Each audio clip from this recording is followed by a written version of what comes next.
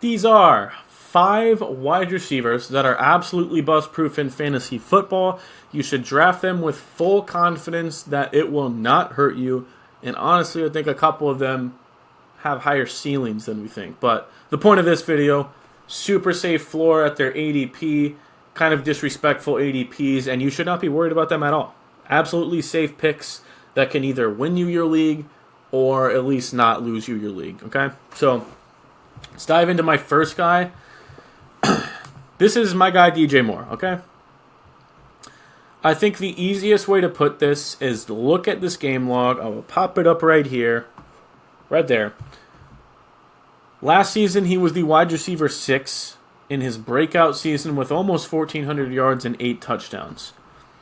The year before, wide receiver 24. Year before, wide receiver 18. Wide receiver 23. Wide receiver 16. So in the past 5 seasons, he's been the wide receiver 24 or better.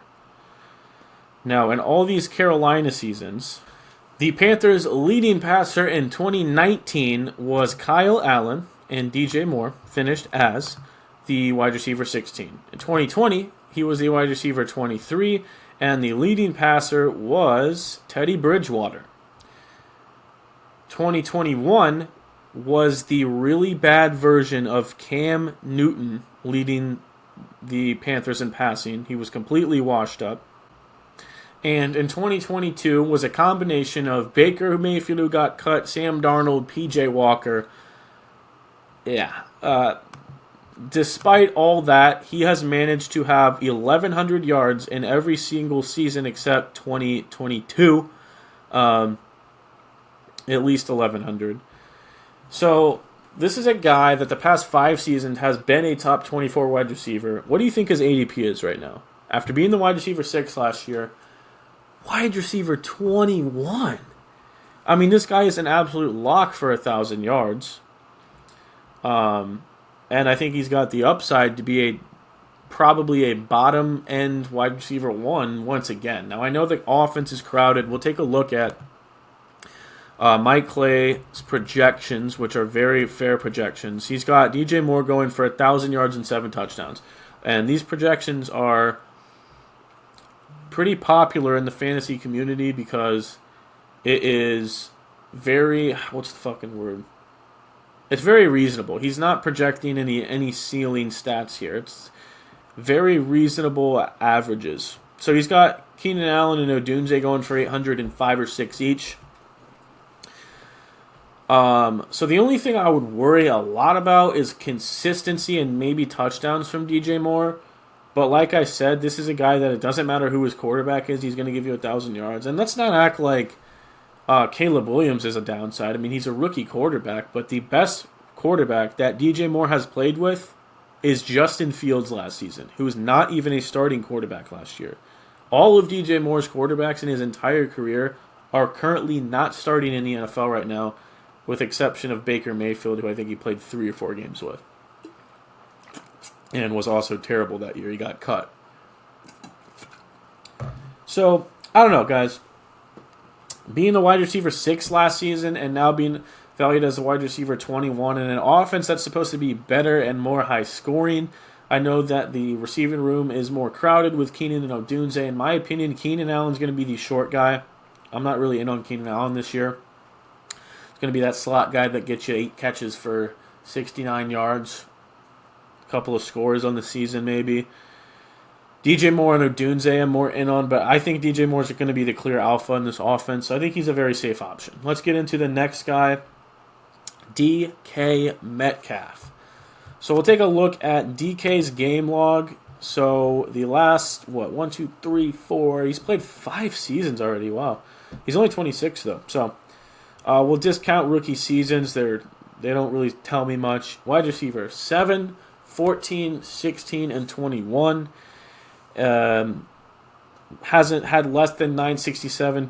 He's going to get you 1,000 yards and about 8 touchdowns this season. He's being drafted in the early 20s for a wide receiver. This is a guy that, again, is an absolute lock to be a top 24 wide receiver. Last season, he was 6th in red zone targets in the NFL with 24. 7th in air yard share, 39%, and 22nd in fantasy points per game, and probably his quietest season yet. Like, this is his worst finish since his rookie season as the wide receiver 21. He's being drafted lower than that right now. Kind of insane to me. I think he's one of the best mid-round picks in fantasy football. So one thing I want to touch up on.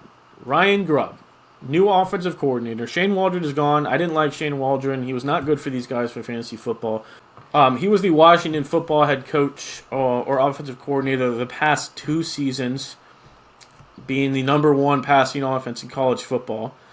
And the reason I love DK Metcalf, because this guy knows how to utilize his alpha wide receiver. Rome Odunze had 1,600 yards on 92 targets or catches last season and 13 touchdowns. Obviously, that's college. He also allowed Jalen Polk to have 1,200 yards and 9 touchdowns, and McMillan overshadowed, but still a measly 600. In my opinion, DK is going to have the alpha wide receiver season. JSN's going to take a step up and be utilized in the right way because Ryan Grubb knows what he's doing. Shane Waldron does not. Lockett's going to get his. I think he'll be the wide receiver 3, and he's kind of aging. And Geno Smith is a lot more capable than we think. He was a top 10 quarterback just 2 years ago. I think he gets too much hate for last season. Got to adjust a little bit to not having QB whisperer Dave Canales. This is a guy I'm not worried about at all. I think his ceiling is top 12, maybe top 15, but his floor, there's no way he's not finishing at this ADP, guys. My next guy is Amari Cooper. Now, I talked about him. What video was this? I talked about him in my comparisons video. I said that Amari Cooper can be the Mike Evans of last season, which was someone that was valued outside the top 30, yet finished as a wide receiver 1. His splits with Deshaun Watson averaged 17 fantasy points per game, 7.8 targets, 5.6 catches, 96 yards, and half a touchdown per game. On pace for 95 catches, 1,600 yards, and 7 touchdowns, which would have been on pace to be better than the wide receiver 6 in fantasy football, which was Puka Nacua. Now, small sample size, right? I get it. Last season, he was 17.4 in yards per catch, which was 3rd in the NFL.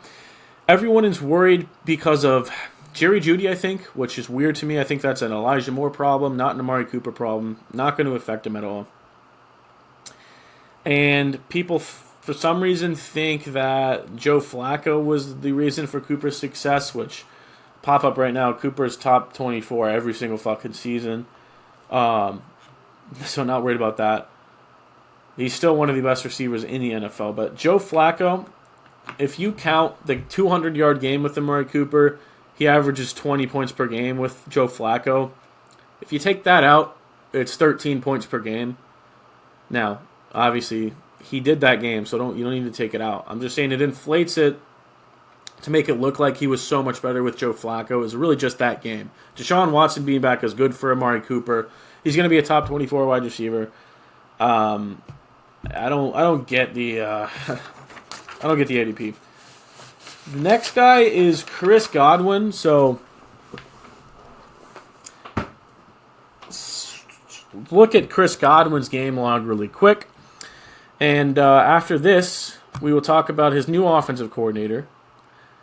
So let's start with 2019. Wide receiver 2, 31, 16, 19, and 29. He's being valued outside the top 30 wide receivers right now, which is worse than he's finished in the past 5 seasons.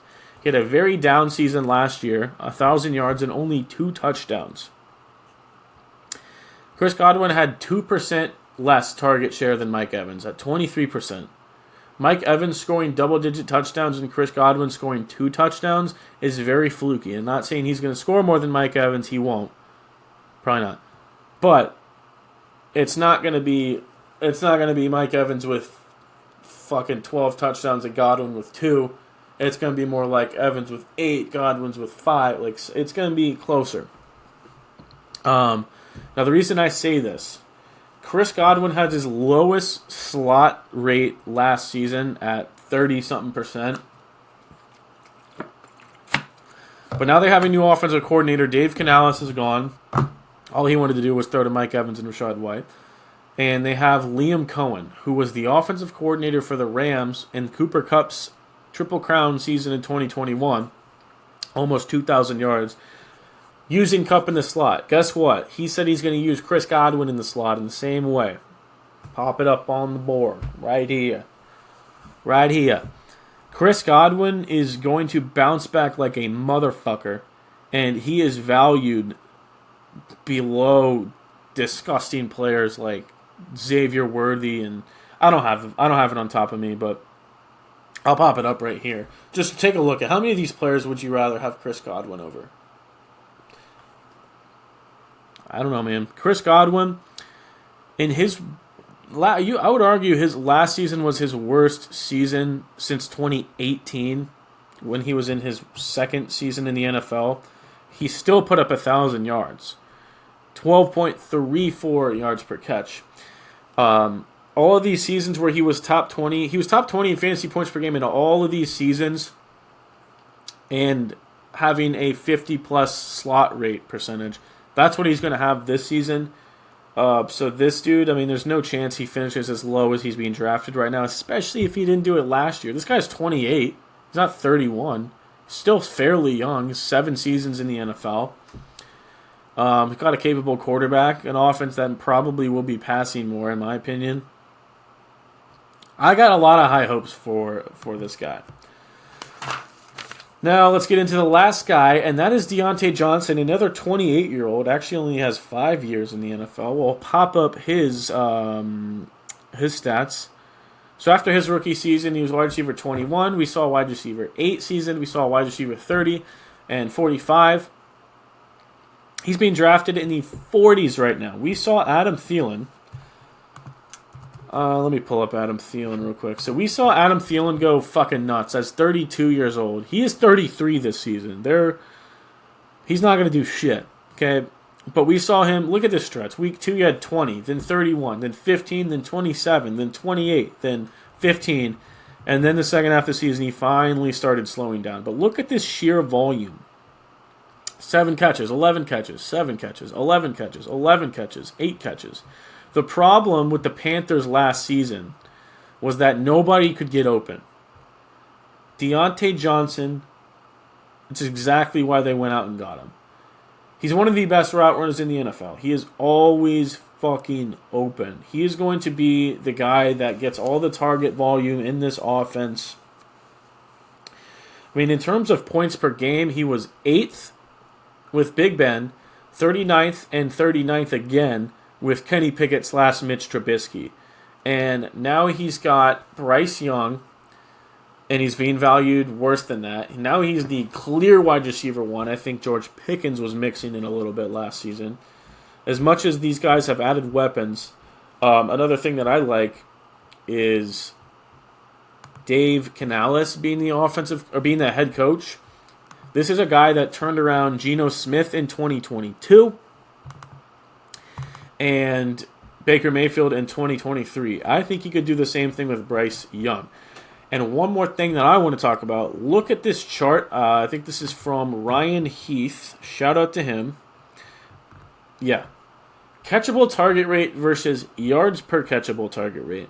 So you can see down here, catchable target rate. See Diontae Johnson all the way at the bottom. But yards per catchable target, he's all the way at the top.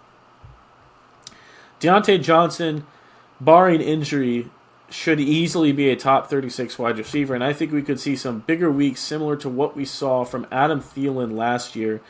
And, I just found this chart. Look at this chart right here. Fucking beautiful success rate for Diontae Johnson everywhere on the field. I mean, he is always open. 2023 ESPN open score, 12th best. The year before, best.